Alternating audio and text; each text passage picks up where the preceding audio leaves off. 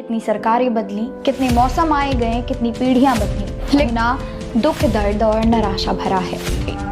या तो धर्म बदलो, या तो मरो, या फिर कश्मीर से पलायन करो। गच्छी पाकिस्तान बटवरो अस्ता बटनी इंसान, मतलब कुछ भी हुआ वह बेहद दर्दनाक रहा और इसे पर्दे पर देखना और भी दर्दनाक है। 7 जनवरी की वो भयानक काली रात जिसे आज भी याद कर सिहर उठते हैं कश्मीरी पंडित। लगभग 30 साल पहले कश्मीर में रहने वाले अल्पसंख्यक कश्मीरी पंडितों का पलायन होना शुरू हो गया। इस बीच न जाने कितनी सरकारें बदली, कितने मौसम आए गए, कितनी पीढ़ियां बदली, लेकिन कश्मीरी पंडितों के लिए उनके घरों पर वापसी और उनकी लड़ाई अब भी जारी है।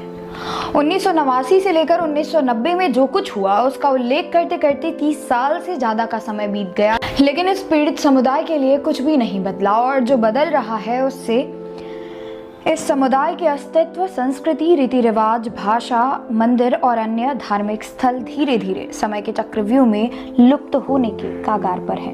वैसे तो जनवरी का महीना हम सबके लिए ढेर सारी खुशियां और नई उम्मीदें लेकर आता है, लेकिन कश्मीरी पंडितों के लिए यह जनवरी का महीना दुख, दर्द और निराशा भरा है।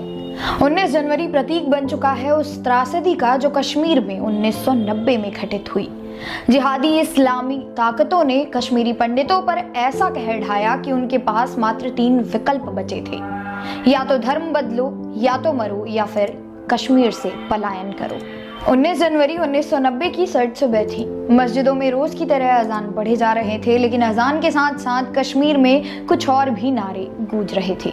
हमें क्या चाहिए? निज़ाम-ए मुस्तफ़ा। कश्मीर में अगर रहना है तो अल्लाहू अकबर कहना होगा।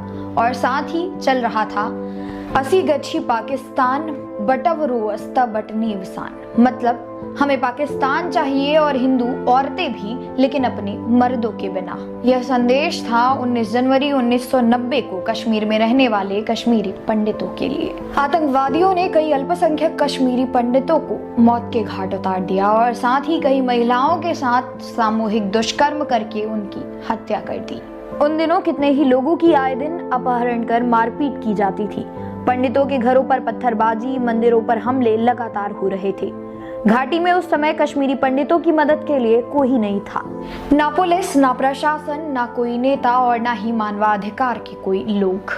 उस समय हालात इतने खराब थे कि इस समुदाय के साथ अस्पतालों में भी भेदभाव हो रहे थे। कश्मीरी पंडितों का सड़कों पर भी चलना मुश्किल हो गया था।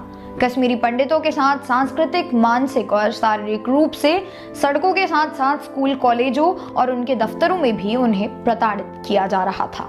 19 जनवरी 1990 की रात को अगर उस समुदाय के नवनियुक्त राज्यपाल जगमोहन ने घाटी में सेना नहीं बुलाई होती तो कश्मीरी पंडितों का कत्लेआम व महिलाओं के साथ सामूहिक दुष्कर्म और भी ज्यादा होता। कश्मीरी पंडित संघर्ष समिति के अनुसार जनवरी 1990 में घाटी के भीतर 75,343 परिवार थे। 1990 और 1992 के बीच 70,000 से ज्यादा परिवारों ने घाटी को छोड़ दिया था। आजकल सिनेमा घरों में द कश्मीर फाइल्स नाम की एक मूवी खूब हिट जा रही है, तो वहीं दूसरी ओर यह फिल्म लोगों के बीच में चर्चा का विषय भी बनती हुई हमें दिखाई दे रही है। विवेक अग्निहोत्री के द्वारा इसे निर्देशित किया गया है। विवेक अग्निहोत्री ने 3 साल पहले द ताशकंद फाइल जैसी मूवी लाकर दर्शकों का ध्यान अपनी ओर खींचा था। द ताशकंद फाइल में उन्होंने इतिहास की मैली चादर से ढकी पूर्व प्रधानमंत्री लाल बहादुर शास्त्री की हत्या की असलियत को दुनिया के सामने लाने की कोशिश की थी।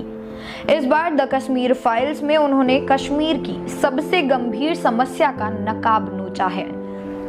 सामने जो कुछ आता है वह भीतर तक हिला देने वाला है। लोग कह सकते हैं कि फिल्म में तकनीकी कमाल नहीं है, लेकिन इस फिल्म का कमाल इसका सच है।